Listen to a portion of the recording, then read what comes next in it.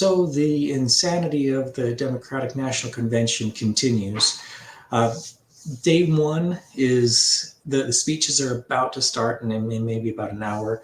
They just did the flag ceremony and the Pledge of Allegiance, and the protesters outside have stormed the first round of barricades. Let me actually bring that up.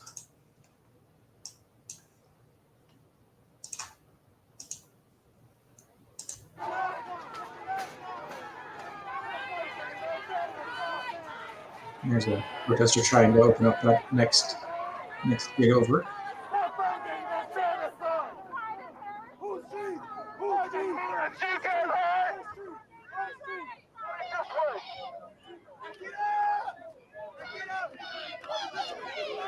And as you can see, there are a lot of protesters that have broken through that first round of barricades. Let me actually show you the next clip that I've got. This is Savannah Hernandez. She's a reporter. I think she's with Turning Point USA, but she quite often goes into more dangerous situations like this, which I'd prefer a big burly guy that can really defend himself to do that rather than a petite, attractive young woman. But that's my personal opinion as a traditional male and gentleman. I hope I can consider myself that. All right, y'all, this is Savannah Hernandez in front of the United Center for the DNC. And as you guys can see behind me, we've got quite a few protesters, and the police have now arrived. Now, they broke through this first barricade, and they were trying to break through the second one that's right behind me. So now police have arrived. There's quite a big presence. Again, this is day one of the DNC. This is what it looks like on the ground. They've been marching all day since noon. They started in Union Park, and they now have made their way to the front of the United Center. You have a lot of attendees here for the DNC, just a block and a half away. You can actually hear the chanting of these protesters at the main entrance of the DNC. So yeah, a block and a half away, and they're able to hear them all the way at the DNC entrance. That's allowed a bit of making noise and protesting. I have got a little bit of information on the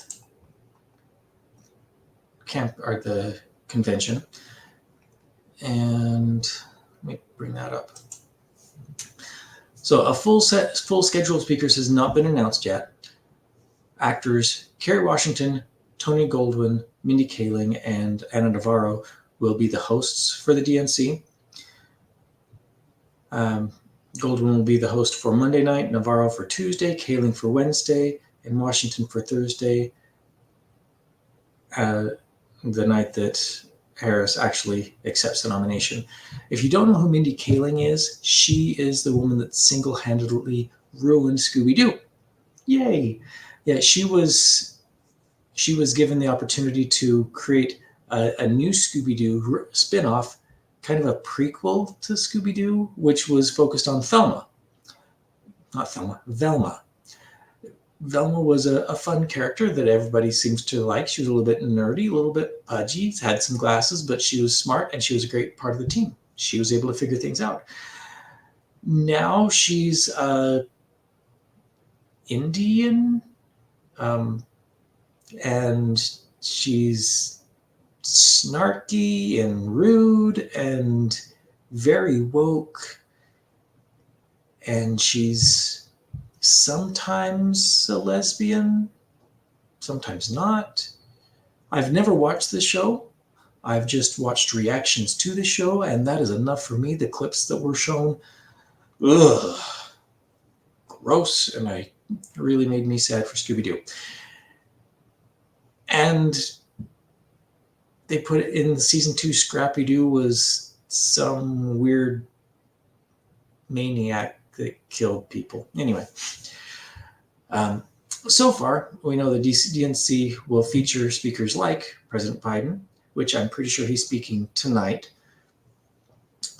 as well as Michelle Obama, Barack Obama, Bill Clinton, Jill Biden. I don't see Hillary in there, which would be kind of funny because it was her turn last time.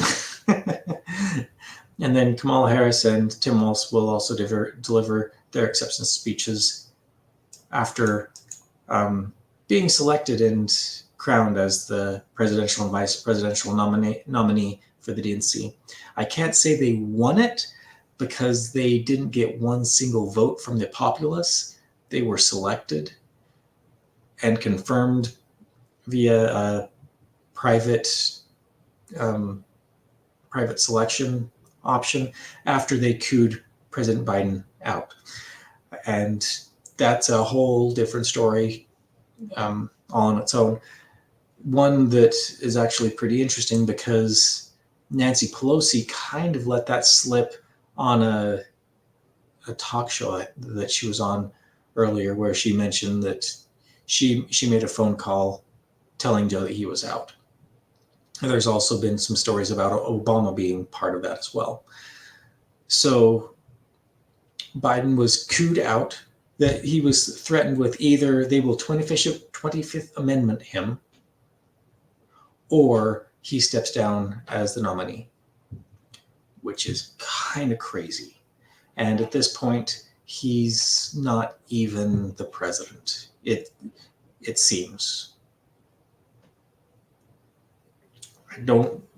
I'm not in the White House, so it's hard for me to say exactly what's happening in there, but a lot of his powers he handed over to other people, and he hasn't really been seen in the limelight ever since this happened. Sources say that he is furious with how things have happened, but they've kind of got him in a hard place, and he was not doing well after, on many different levels. One, he got COVID, or he had a stroke, depending on who says what. He had horrible debate performance, and overall his approval was just sinking and sinking and sinking. So they cooed him out, which is a smart move by them, but at the same time, they would have to fortify the election even more than they did last time for anyone on the Democratic side to beat Trump at this point. Trump is the ultimate underdog. He's been hit with all sorts of different lawfare. They tried to assassinate him. They've thrown everything they could at him as far as bad publicity, and he just keeps on rocking. And because of that, he's kind of the unbeatable underdog, which is a weird type of situation you've got there. Anyway, so yeah, Democratic National Convention Day 1 is already pretty crazy, and it hasn't officially even really started yet. If you like what I have to say, please like, share, and subscribe, and we'll see you on the next one. Thanks. Bye.